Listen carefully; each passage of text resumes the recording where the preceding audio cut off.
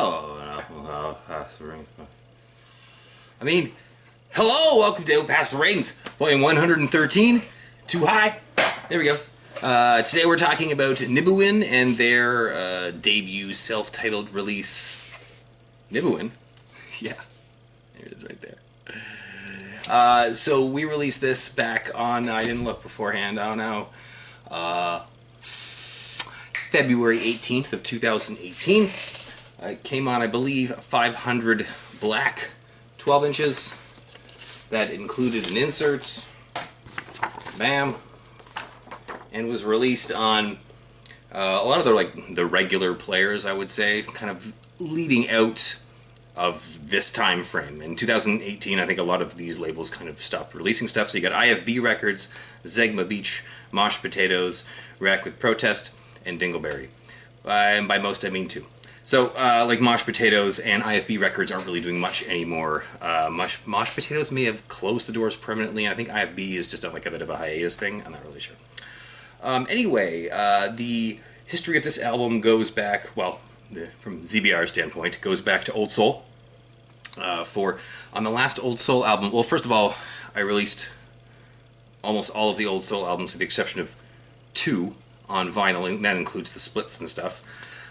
So on the last album, they got another member named Nick, who didn't fill in. He came in on third guitar, and yeah, so Nick and Mikey and Jimmy from Old Soul went on to form Niboowin after Old Soul broke up.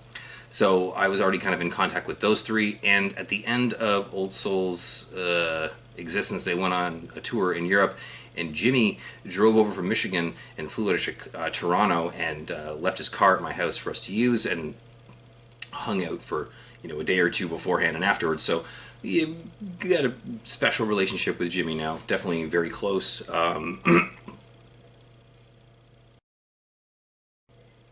That was pretty close.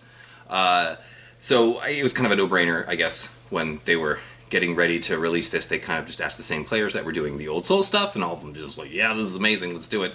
What does it sound like? I guess if you put Envy, if you're taking maybe like the heaviest parts of Envy, Crowning, and Old Soul, and maybe you threw in like some black metal stuff in there, and that's kind of what it is. All relatively shorter songs, and by short songs I don't mean like 1 or 2 minutes, but Envy and Old Soul tend to have 7 or 8 minute songs, and these are all, I mean, they're all pretty much 2-3 minutes, and there's one that's 4:43 is your longest track. So they're over a lot quicker. After this 12-inch came out, and well, specifically on Spotify, I believe it was, I think the name Niboowin means like death in an African language. I'm not really sure the exact meaning there, but because of that translation, the band's stuff on Spotify it was coming up for Death, the band. So I got like a ton of extra hits, and it wasn't the right band. So what happened after that? There was the Envy comp. The Envy comp for Niboowin was really good too. So they covered a song for Envy, which was, it escapes me right now. There it is. If only I'd known beforehand. Damn it! Right, so it was around this point that there was a pretty substantial change in the band's members and I would say sound as well. So you had Mikey, who played guitar in Old Soul and in Niboowin, left the band to do family stuff essentially. And then Nick moved to kind of just guitar, and they got a full-time vocalist, Danny, I believe from Sweden. Sorry if I'm mistaken there. And they created the new version of Niboowin. This one had Jimmy doing guitar with like a bass pickup too, with the top string. I don't know, I'm not a guitar guy, but it sounds really good, especially live. Oh my lord! So kind of like what happened after this was they, I guess, were trying to record their LP with this lineup as such, and I guess the guitar bass thing just didn't really work when it came to recording, even though it sounded fantastic live. They weren't able to do it. So I guess they kind of like had to like semi-scrap it and redo it, and there's more stories with that, but I'll save those for hopefully the Out Past the Rings for the new album.